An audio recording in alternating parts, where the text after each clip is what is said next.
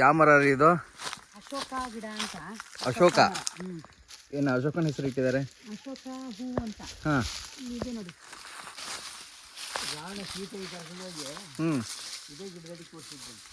ಓ ಹಾಗಾಗಿ ಶ್ರೀಲಂಕಾದಲ್ಲಿ ಅಶೋಕವನ ಕರ್ಕೊಂಡು ಹೋಗ್ತಾನಲ್ಲ, ಅವನು ಅಶೋಕ ವನನೇ ಮಾಡಿದ್ದ. ಇದು ನೋಡಿ, ಹೂವು ಭಾರಿ ಔಷಧೀಯ ಸಸ್ಯ ಇದು. ಇದು ನೀವು ಮನೆಯಲ್ಲಿ ಶೋಗೂ ಬಿಟ್ಕೊಬೋದು. ಈಗ ಏನೇನೋ ದುಡ್ಡು ಕೊಟ್ಟು ಶೋ ಗಿಡ ಹಾಕ್ತಾರೆ.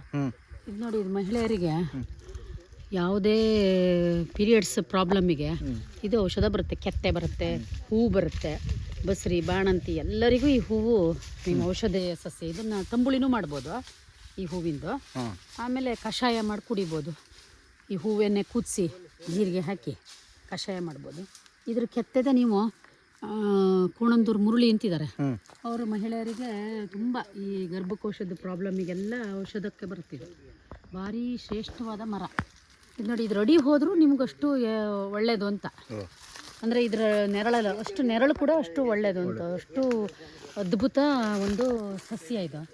ಇದನ್ನ ನೋಡಿ, ಮನೆಯಲ್ಲಿ ಸುಮ್ಮನೆ ಶೋಗೂ ನೆಟ್ಕೊಬೋದು. ಅಂದರೆ ಅಶೋಕವನದಲ್ಲಿ ಸೀತೆ ಇದೇ ಮರದ ಕೆಳಗೆ ಇದ್ಲು ಅಂತ. ಕೆಳಗೆ ಇದ್ದಿದ್ದು.